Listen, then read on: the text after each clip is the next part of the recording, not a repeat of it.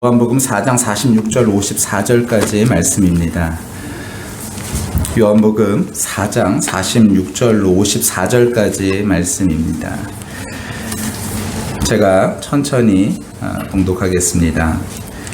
예수께서 다시 갈릴리 가나에 이르시니 전에 물로 포도주를 만드신 곳이라. 왕의 신하가 있어 그의 아들이 가버나움에서 병들었더니 그가 예수께서 유대로부터 갈릴리로 오셨다는 것을 듣고 가서 청하되 내려오소서 내 아들의 병을 고쳐주소서 하니 그가 거의 죽게 되었습니다. 예수께서 이르시되 너희는 표적과 기사를 보지 못하면 도무지 믿지 아니하리라. 신하가 이르되 주여 내 아이가 죽기 전에 내려오소서. 예수께서 이르시되 가라 내 아들이 살아있다 하시니 그 사람이 예수께서 하신 말씀을 믿고 가더니 내려가는 길에서 그 종들이 오다가 만나서 아이가 살아있다 하거늘 그 낫기 시작한 때를 물은즉 어제 7시에 열기가 떨어졌나이다 하는지라. 그의 아버지가 예수께서 내 아들이 살아있다 말씀하신 그때인 줄 알고 자기와 그 온 집안이 다 믿으니라. 이것은 예수께서 유대에서 갈릴리로 오신 후에 행하신 두 번째 표적이니라. 아멘. 기도합니다. 하나님, 우리에게도 이 믿음이 있게 하여 주시옵소서. 역사하실 주님을 기대하며 예수님 이름으로 기도합니다. 아멘. 우리 자리에 앉도록 하겠습니다.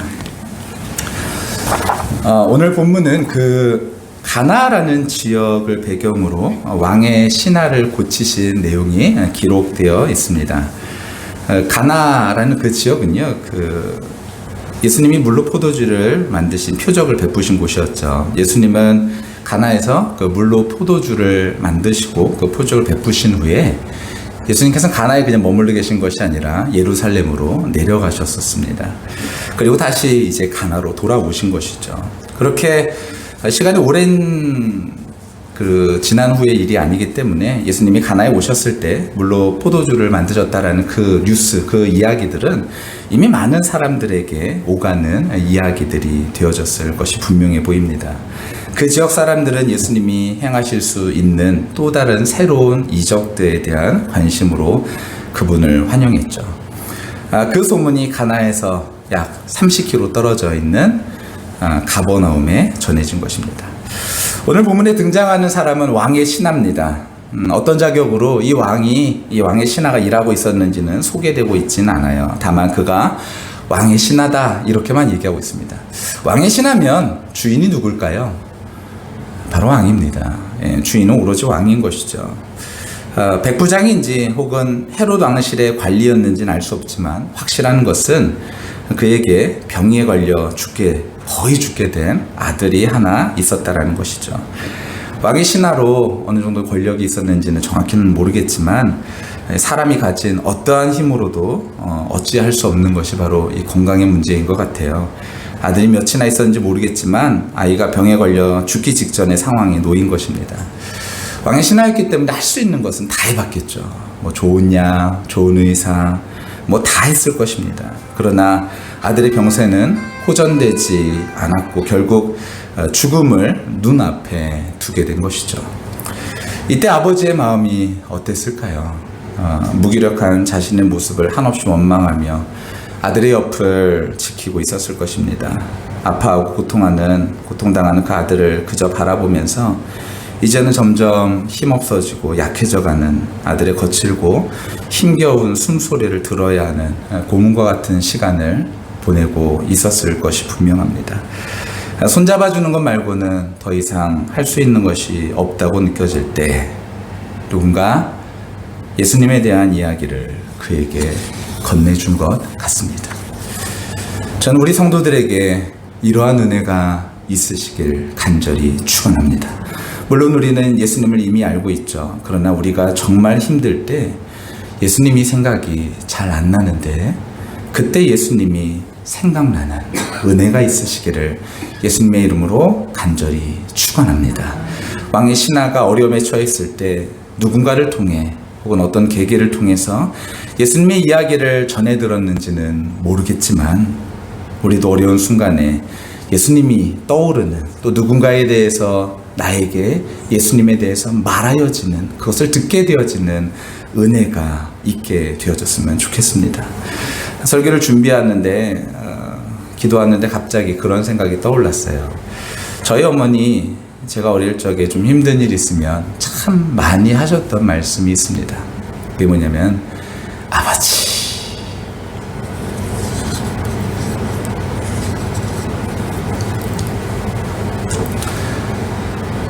보니까 저희 외할머니가 항상 아버지 이 말씀 많이 하셨습니다. 식사 전에 기도하실 때 할머니가 대표 기도 해주세요. 그럼 저희 할머니는 그럴까? 그럼 우리 자 기도하자. 아버지. 항상 이러고 시작하셨었거든요. 때마다 저를 만나면 기도하냐? 기도 많이 하냐? 아프진 않냐? 건강하지? 밥 잘 먹고 다니냐? 이제 94세가 되신 저희 할머니 얼마 전에 통화에서도 이와 같은 말씀을 하셨습니다. 저는 할머니의 기도가 갑자기 생각이 났습니다. 요즘 저는 그 아버지라는 말이 조금 그리운 것 같습니다.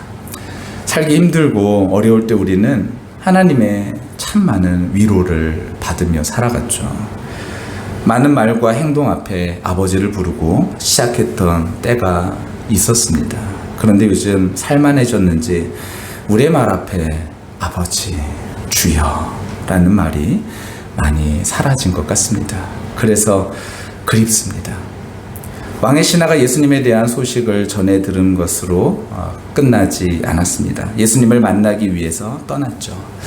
분명 아들이 죽기 직전입니다. 언제 죽을지 모르는 아들의 옆을 지키는 것이 좋은 것이라고 판단되어질 수도 있었겠죠. 그러나 왕의 신하는요, 예수님을 만나기 위해서 30km나 떨어진 가나까지 예수님을 찾아갑니다. 만나지 못할 수도 있습니다. 오히려 마지막 아들의 옆을 지켜주는 것이 더 나은 판단이다라고 생각했을 수도 있을 것입니다. 그러나 왕의 신하는 예수님을 찾아 나섰습니다. 지금이야 전화 있으니까 멀리 떨어져 있어도 전화로 얼마든지 약속 잡고 우리 만나자 이래서 만날 수 있겠지만, 또 차가 있으니까 30km에 금방 갈 수 있겠지만, 당시에는 전화도 없고 차도 없고 알고 있는 정보라고는 유대에서 갈릴리로 오셨다 이 정도의 소문만 듣고 가는 것이죠.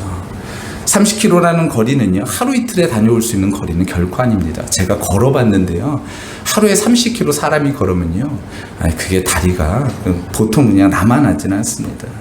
아들의 임종을 지키느냐, 예수님을 만나러 가느냐, 그는 갔습니다. 예수님에 대한 소식을 전해 들은 것으로 끝나지 않고 예수님을 향해 갔죠. 저도요, 우리 모두에게 또한 이 은혜가 있으시기를 축원합니다. 예수님 앞으로 나아갈 수 있는 은혜. 왕의 신하는 아들의 임종이냐, 혹 만나지 못할지도 모르는 예수님을 찾아 나설 것이냐, 두 가지 선택 앞에 놓인 것입니다. 어떤 이는 아들 옆을 지키고 있는 것이 맞지 어딜 가냐고, 아버지 맞냐고 책망하면서 물었을지 모르겠습니다. 만나기로 했느냐, 만날 수는 있겠느냐, 인정하고 싶진 않지만 맞는 것 같은 절망적인 이야기가 그의 결정을 더 힘들게 흔들게 했을 것입니다. 그러나 그는 예수님을 찾아 나섰죠. 왕의 신하가 그렇게 선택할 수 있는 이유가 무엇이었을까요? 더 이상 자신의 힘으로 할 수 있는 일이 없다라는 자기 자신에 대한 원망, 미움, 그리고 무기력감, 여기서 끝나는 것이 아니라 예수님에 대한 기대하는 소망, 그것이 더해진 것이죠. 이것은 우리가 말로 표현할 수 없고, 이것은 우리가 어떻게 설명할 수 있는 것은 아니지만, 확실한 것은 예수님을 선택할 수 있는 은혜가 있었다라는 것이죠. 은혜 없으면 예수님을 찾아 나설 수 없었을 것입니다. 이미 하나님의 은혜가 왕의 신하에게 임하기 시작했던 것이죠. 우리에게도 이러한 은혜가 있으시기를 간절히 축원합니다. 우리의 삶의 여러 일들 속에 결정해야 될 일들이 많은데요, 은혜가 없다면 하나님에 대해, 예수님에 대해, 믿음에 대해 들었어도 정작 결정적인 순간에 믿음을 따라 결정하지 못하는 것이죠. 합리적인 선택을 하겠죠. 뭐가 더 합리적이냐. 그러나 은혜가 있으면 예수님 앞으로 나올 수 있습니다. 그리고 그 준비된 은혜를 받을 수 있는 것이죠. 저와 우리 모두가 이 하나님의 은혜가 우리 안에 먼저 있어서 그 은혜를 다 받으시기를 간절히 축원합니다. 그렇게 왕의 신하는 예수님을 찾아 나섰습니다. 구하는 자에게 찾는 이에게 예수님은 분명히 하나님은 만나 주십니다. 우리가 이를 확신할 수 있는 이유는 하나님께서 이미 우리에게 하나뿐인 아들을 주셨기 때문인 것이죠. 아들을 주시니까 그 아들과 함께 모든 것을 우리에게 주시지 않는다고 생각할 수 있을까요? 없습니다. 우리도 예수님 간절히 찾으면 분명 만나 주십니다. 간절히 예수님을 찾은 아버지, 왕의 신하가 예수님을 찾은 거라고 저는 생각하지 않습니다. 본문도 그 과정을 아예 생략하고 있어요. 어떻게 표현하고 있냐면 이렇게 표현하고 있습니다. 듣고 가서라고 표현하고 있어요. 듣고 갔다. 그 과정을 설명하지 않아서 듣고 갔다. 그래서 만났다라는 것을 설명하고 있는 듯합니다. 예수님을 만나기까지 어려움이 없었던 것이죠. 아마도 예수님께서 저는 이렇게 표현하고 싶습니다. 찾음을 당한 것으로 보입니다. 이 왕의 신하가 찾기 위해서 애쓴 것이 아니라 예수님이 듣고 오는 그를 만나기 위하여서 찾음을 당해 주신 것이죠. 옛다역이 있다라는 것이죠. 아이들과 함께 숨바꼭질을 하다 보면은 제가 맘먹고 숨으면 아이들은 못 찾죠. 근데 아이들에게 옛다역이 있다, 아빠역이 있다, 이거 찾았네. 그럼 아이들이 즐거워하죠. 마찬가지로 이 왕의 신하가 이 간절한 마음으로 예수님을 찾을 때 그때 예수님께서 만나 주신 것 같습니다. 그러니 그 과정이 생략되어 있는 거죠. 듣고 가서 만난 것입니다. 간절히 찾는 아버지의 간절함을 모른 채 하지 않는 예수님입니다. 그리고 이 왕의 신하가 청합니다. 내려오셔서 내 아들의 병을 고쳐주소서. 그가 거의 죽게 되었음이로라. 본문에는 간단한 인사말도 없어요. 다급한 아버지의 마음이 본문을 통해서 느껴집니다. 내려오소서, 고쳐주소서, 죽게 되었습니다. 근데 예수님이 하시는 말씀이 좀 엉뚱해 보이죠? 예수께서 이르시되 너희는 표적과 기사를 보지 못하면 도무지 믿지 아니하리니라. 이 말씀의 의미는 무엇인가요? 무엇이 우선이냐라는 것이죠. 사람들은 표적과 기사를 보지 않으면 믿지 않는데 예수님은 기사와 표적 없이도 믿음을 가지고 예수님을 신뢰하기를 바랬었던 것이죠. 왕의 신하는 단지 표적만 구하는 사람이 아니었습니다. 그에게는 필요를 채워야 할 필요가 있었고 예수님이 아들을 만나야만 하는 필요, 죽음에 가까이 있는 아들이 낳는 필요가 있었습니다. 그리고 예수님께서 그 필요를 충족하실 수 있다라는 진정한 한 분이다라는 사실을 믿기에 여기까지 왔던 것이죠. 그의 고백을 들어보세요. 주여, 내 아이가 죽기 전에 내려오소서. 아까도 말씀드렸지만 이 사람의 이름이 없습니다. 왕의 신하. 일부러 그렇게 표현하고 있는 것 같아요. 왕의 신하. 왕의 신하면 누구만 주로 섬기는 사람입니까? 왕만을 주로 섬기는 사람인데 이에게 주인이 바뀐 것이죠. 왕이 아닌 예수님이 주로 바뀐 것입니다. 예수님을 부르는 호칭이 새롭게 생긴 것입니다. 주여이죠. 요한복음은 그래서 왕의 신하라 그를 명명한 것 같습니다. 왕의 신하였지만 이제 주인이 바뀌었다. 예수님에 대한 믿음으로 아들을 두고 왔습니다. 세상에 의지할 분이 예수님밖에 없음을 알게 된 그가 이제는 참된 인생의 주인을 만난 것입니다. 아이가 죽기 전에 내려오소서. 이에 예수님이 말씀하셨습니다. 가라, 내 아들이 살아있다. 두 번째 왕의 신하가 받는 두 번째 믿음에 대한 도전인 것 같습니다. 생사를 오락가락하는 아들을 두고 만날 수 있을지 모를지 모르는 예수님을 찾아 나서는 그것이 첫 번째 도전이었다면 이제 두 번째 도전은 말씀만을 듣고 아들에게 돌아가야 되는 도전이었던 것이죠. 어쩌면 서운했을 수도 있을 것 같아요. 그 마음 몰라줬다라고 생각할 수 있을 것 같습니다. 왜 예수님 나하고 같이 가주시지? 왜 이렇게 말씀만 하시나? 라고 생각이 들 수도 있었을지 모르겠어요. 그의 계획은 이제 예수님과 서둘러서 아들로 돌아가는 것이 그의 계획이었는지 모르겠습니다. 그냥 돌아가는 것, 성과 없이 아들에게 돌아가는 것만 같아서 그의 마음이 서운했는지도 모르겠어요. 그러나 예수님께서 가라 말씀하시니 그는 믿고 갔습니다. 여러분, 이것이 믿음입니다. 우리에게 이러한 믿음이 있으시기를 간절히 축원합니다. 예수님의 말씀이 때로는 우리의 계획과 같지 않아 당황할 수도 있어요. 다급한 마음을 이해해 주지 못하는 것 같아서 서운할 수도 있습니다. 내 기도 들어주시지 않는 것 같다는 생각이 들 수도 있습니다. 그러나 예수님이 말씀하시면 믿고 가는 것이 믿음인 것이죠. 하나님께서 어떻게 말씀하시나요? 하나님은 설교를 통하여서, 개인적인 묵상을 통하여서, 사람과 사람의 대화를 통하여서, 꿈과 환상을 통하여서 하나님이 여러 가지 방식으로 하나님 언제든지 말씀하실 수 있는 분이십니다. 기준은 말씀이죠. 우리는 하나님의 성품을 알 때 말씀을 이해할 수 있습니다. 하나님의 말씀하실 때 믿고 가는 것이 믿음인 것이죠. 왕의 신하 예수님의 말씀을 믿고 갑니다. 여기에 망설임이 없어요. 믿고 갔다. 아까는 듣고 갔고 이번에는 믿고 가는 것이죠. 믿고 의심하고 따져보고 합리적인 일인가 생각해 볼 겨를도 없었습니다. 올 때도 그랬지만 갈 때도 그랬어요. 그보다 그의 믿음이 그를 움직이도록 한 것 같습니다. 그렇게 가버나움으로 다시 발길을 돌렸습니다. 예수님을 만나러 올 때, 그리고 지금 돌아갈 때 그는 같은 모양새입니다. 예수님과 함께 아들에게 가고 싶었지만 올 때도 다시 돌아갈 때도 모두 혼자였던 것이죠. 다만 한 가지 확실히 달라진 것은 있습니다. 예수님이 가라, 내 아들이 살아있다 라는 그 말씀을 듣고 믿고 가는 것이죠. 이전에는 막연한 믿음이었다면 이제는 예수님의 말씀을 의지하고 그 말씀을 믿고 돌아가는 것이죠. 별것 아닌 것 같아도요, 이것이 별것입니다. 말씀을 듣고 믿음으로 산다라는 것은 확실히 다른 결과를 낳는 것이죠.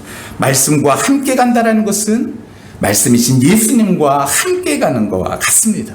우리 모두가 하나님의 말씀을 받았다면 그 말씀으로 믿음으로 가는 것이죠. 그런데 돌아가던 길에 그의 종들을 만나게 됩니다. 종들의 얼굴이 어땠을까요? 종들의 얼굴이요, 슬펐을까요? 아니요, 기쁨으로 가득 차 있었습니다. 종들의 얼굴만 보아도 확신할 수 있었어요. 아들이 낳았구나. 종들도 왕의 신하의 얼굴을 볼 때 그의 얼굴에 믿음이 가득한 얼굴을 볼 수 있었을 것입니다. 믿음으로 활기 있고 확신에 찬 얼굴. 이전에 떠날 때만 하더라도 믿음이 있었지만 그 안에 긴가민가했다면 이제는 예수님의 말씀을 듣고 확신으로 가는데 거기서 종들의 얼굴을 보니 더 확신이 넘쳤었던 것이죠. 그리고 왕의 신하가 종들에게 묻습니다. 낳기 시작한 게 언제냐?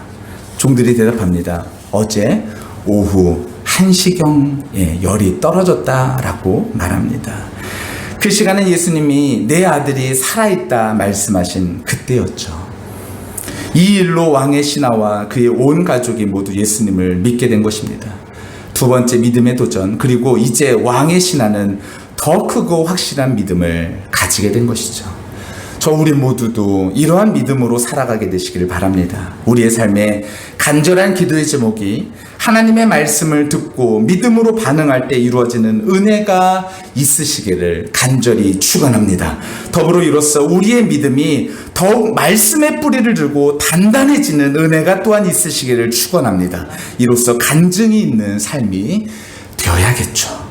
여담이지만 어쩌면 예수님 함께 가시자고 할 때 서운할 수 있었겠지만 함께 가시지 않고 아들의 병이 나았다라는 말씀만 주신 것이 다행스러운 일이라는 생각도 들었습니다. 함께 30여 킬로를 예수님과 또한 간다면 시간도 또 많이 흘렀겠죠. 그 사이 아들이 더 위독해진다는 것을 예수님은 아셨던 것 같습니다. 그래서 말씀으로 고치셨던 것이죠. 예수님은 계획이 다 있으셨습니다. 우리도 예수님 계획 모르면 때로는 서운할 수 있습니다. 그러나 예수님의 방식이 맞습니다. 그리고 그것이 가장 빠르죠.